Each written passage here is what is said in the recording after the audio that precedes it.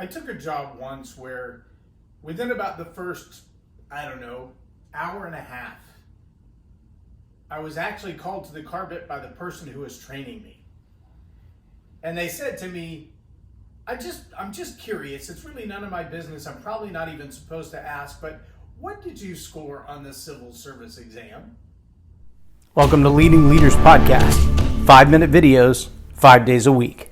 I'm Jay Laurie Norris with Leading Leaders Podcast, and it seemed like an odd question to me too, but I got nothing to hide, so to speak, so I told her what I scored on the civil service exam, and the result I got, or the reaction I got, was a roll of the eyes and an, of course, kind of an exasperation, and I thought, why is that relevant, number one? And number two, why would it frustrate you, or why would it bug you, even if it is true? See, I was working in an environment where the process of the work had been very meticulously laid out. But the doing of the work was a little different than the process. And by that I mean, the process said, if you do it like this, we can accomplish this amount of work in this amount of time. And so the workforce had predetermined what the workload looked like. But the people had predetermined that, well, we want to get X amount of money for doing this, and since we only get paid this per hour, the only way we can get the money we want is to make sure that we have overtime. And so there was already a tension in the environment between management, as they called it, and the workforce. The leaders had a certain level of expectation, and they did everything they could to get people to meet that expectation. And on the other hand, you had people who had an expectation, and the only way they could get what they wanted was to manipulate the environment.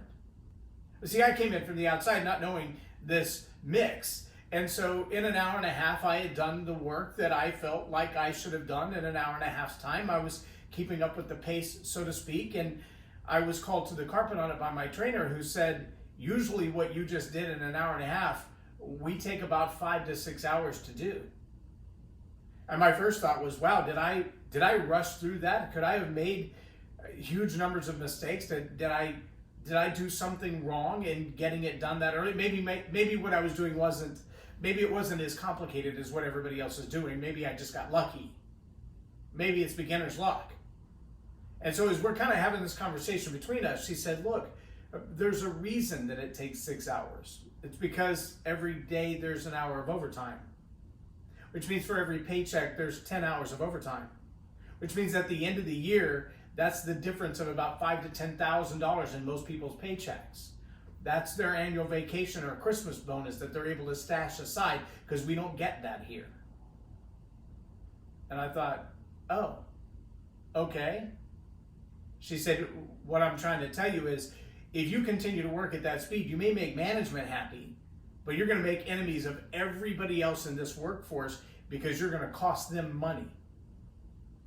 Now, part of my brain was saying, it just doesn't make any sense that the only way to get paid what you want to get paid is to manipulate the system, and yet every day in workforces all over the world, we see exactly that thing happening. They come in and they get to work 3 minutes before they're supposed to, and they stand there looking at the clock, and bam, I clock in now. And then when it's time to leave, 20 to 30 minutes before, you can't find them. They may be in the restroom, or they may have stopped to fill up their water bottle for the next day, or gone to get the last cup of coffee. But 20 to 30 minutes of the last hours, they're not at the clock until like 2 minutes after, and then they run by on the way out the door, and they're out.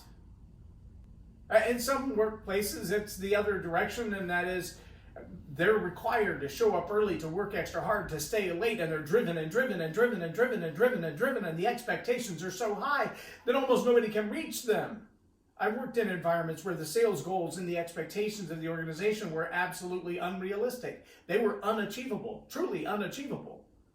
And in any one of those environments, there's a lot of stress, there's a lot of strain, there's a lot of, for lack of a better term, cronyism and nepotism, and only the people that the boss likes get ahead, and only the ones that are willing to put their nose to the grindstone and overachieve everybody else, they're the ones that will succeed, and the nice guy always loses.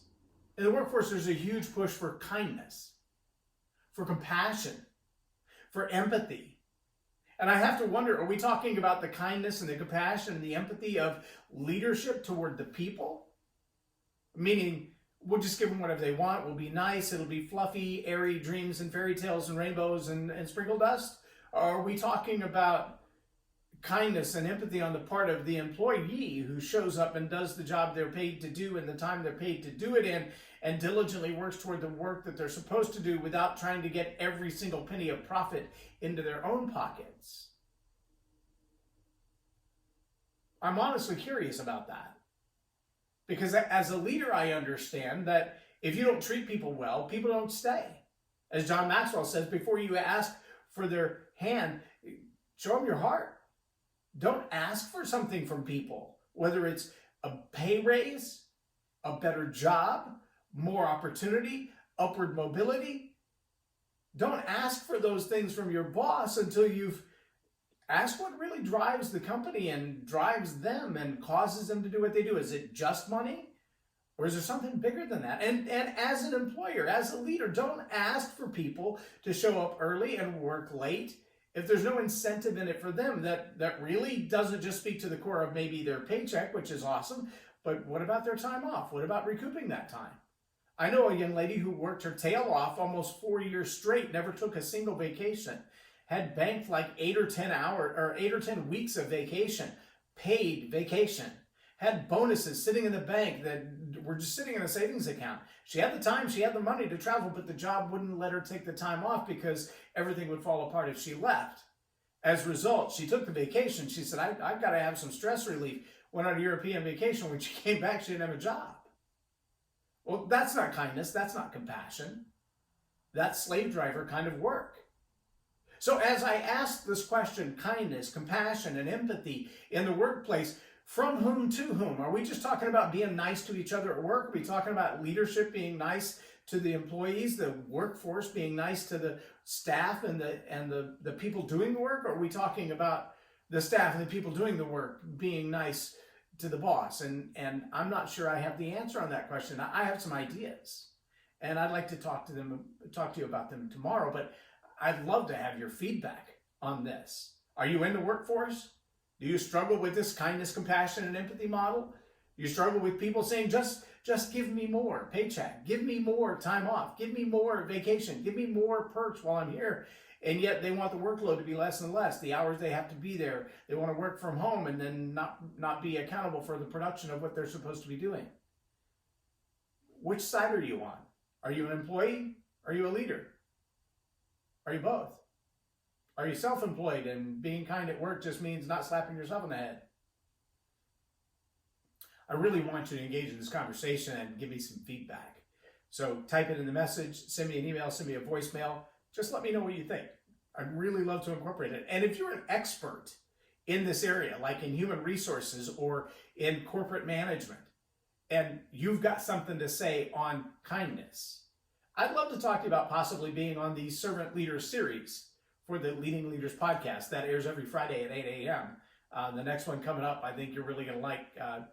Todd McIntyre talks about his new book, Masculinity. And I think there's some fascinating stuff in that. That'll be released on Friday at 8 a.m. You should be a part of that. But if you're in the workforce, or if you're an expert on kindness, compassion, and empathy in the workforce, I'd love to hear from you. I'm J. Lauren Norris for Leading Leaders Podcast on Tell It Like It Is TV. Have a blessed day. Subscribe now for our extensive video library of leadership lessons promoting faith, family, and freedom.